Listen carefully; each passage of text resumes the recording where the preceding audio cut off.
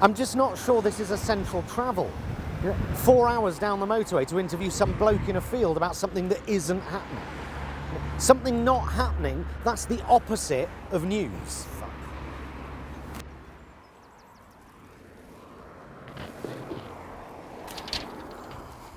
Fuck that. That's better already though, actually, isn't it? Glastonbury. It doesn't get much more historic than this. Oh, fuck off. A place steeped in myth and legend, built at the centre of several ley lines. Glastonbury lays claim to being the last resting place of King Arthur. Some also say it's where the Holy Grail was buried. And legend has it, Glastonbury was even visited by Jesus as a child. Far be it for me to take a piss on Glastonbury's fire, but seriously, King Arthur, the Holy Grail, ley lines, Jesus, and just over the hill is Hogwarts. Utter nonsense. Grow up. Glastonbury has a population of just under 9,000, but for one weekend a year, the town is host to the world's largest arts festival. Actually, that's fake news. It's not true. The festival is 6 miles that way, in the village of Pilton. Pilton Pop Festival. That's what we used to call it. Glastonbury's got nothing to do with it. Okay. Once a year, Glastonbury is host to thousands of people on a come down who have just left a festival in a neighbouring village in search of somewhere to go and have a poo.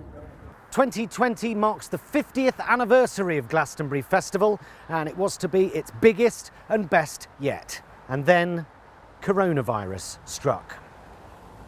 Like the rest of the country, Glastonbury has been on lockdown. But what? What? What?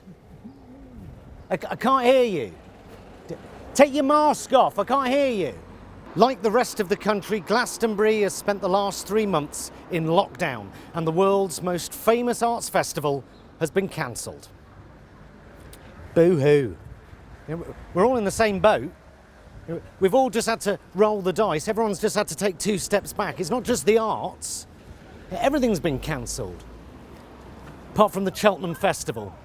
That went ahead. Dicks.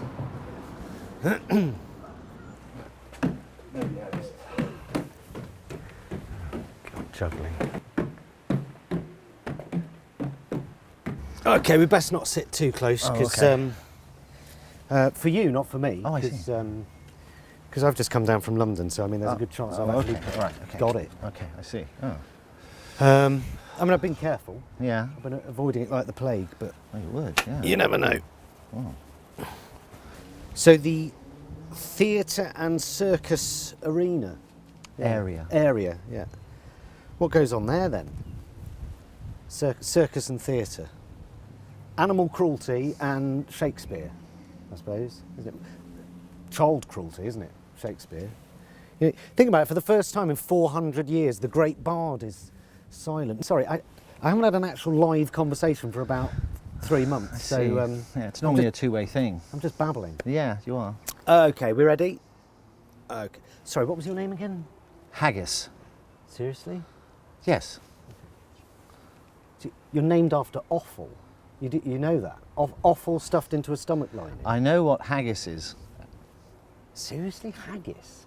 I was brought up in Bath, and I first went to Glastonbury in about 1982-83, you know, jumped the fence like everybody else did, watched a few bands, enjoyed them.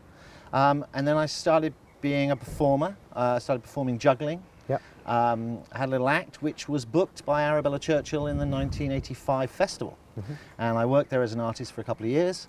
And then I met Arabella and we fell in love and we got married and we have a baby, and now I've been living in this house for 30 years. Sadly, Bella died back in 2007, and since then I've been in charge of the theatre and circus areas at Glastonbury Festival. Arabella Churchill? Arabella Churchill. No relation to Winston? Granddaughter, in fact. You're kidding me? Yeah, everybody knows that. Yeah, if you did your research, that's in the internet. How's Glastonbury changed over the years? It was the Wild West a bit, you know. There was plenty of foreign currency available, things from all over the world, smells, images, hallucinogenics. Yeah. Now it has to be a little bit safer. You know, Yeah. we have to take care of everybody. I'm Yeah. like the mayor of a small town. I have Yeah. a backstage of about 4,500 people. So we have a responsibility to look after them, and that's one of the reasons we've taken the decision of not having a festival this year. Is this the first festival ever to be cancelled? Yes. What impact do you think it will have on the town and the local economy? Oh, devastating is not too strong a word. It's affecting the local community in every way. There are performers who are literally having to change their lifestyle, you know, right across the arts. It's not just even the festival. When will we sit in a theatre again and watch a live show, cheek by jowl? Yeah. I don't know when that's going to happen, but I know that there's a lot of creative people out there who are going to make something happen.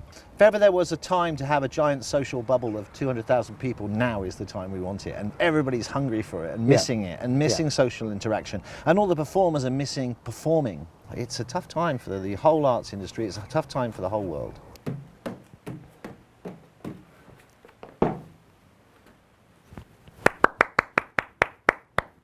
Live music, fucked. Live comedy, fucked. Live everything, fucked. But at least Primark is open, you know?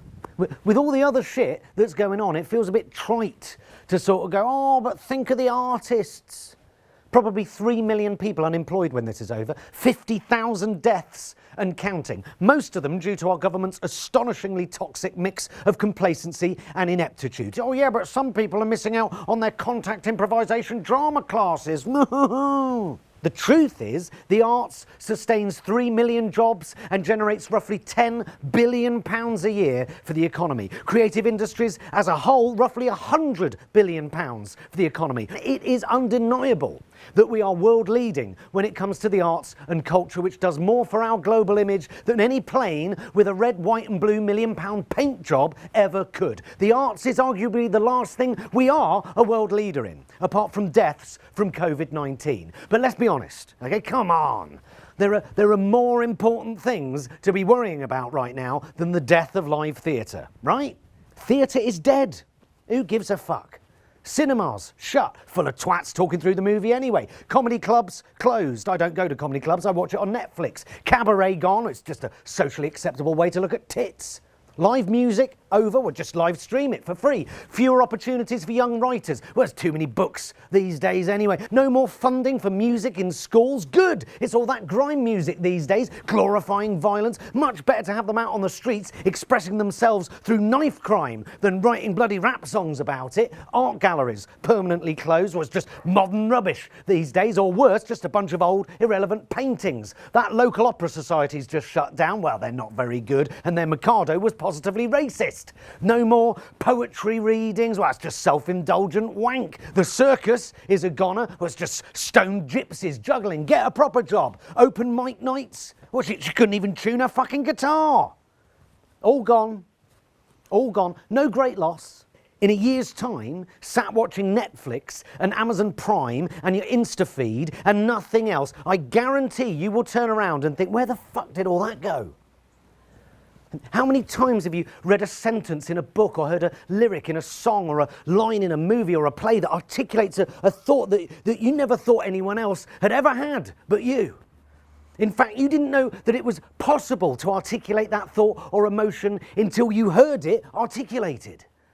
That's some powerful shit. There's a cure for a lot of society's ills right there. There's magic in that you are not alone, that you are a part of something, a community, humanity, the realization that the human experience is something that we experience together, dancing together, laughing together, crying together, singing together. That's art. That's Glastonbury. Yeah, I'm fine. Just some guy down the high street just offered me a toke or something. I'm really stoned. You're driving home, by the way. Glastonbury in a nutshell. Just an old dreadlock by the side of the road. It doesn't get more Glastonbury than that. It's disgusting.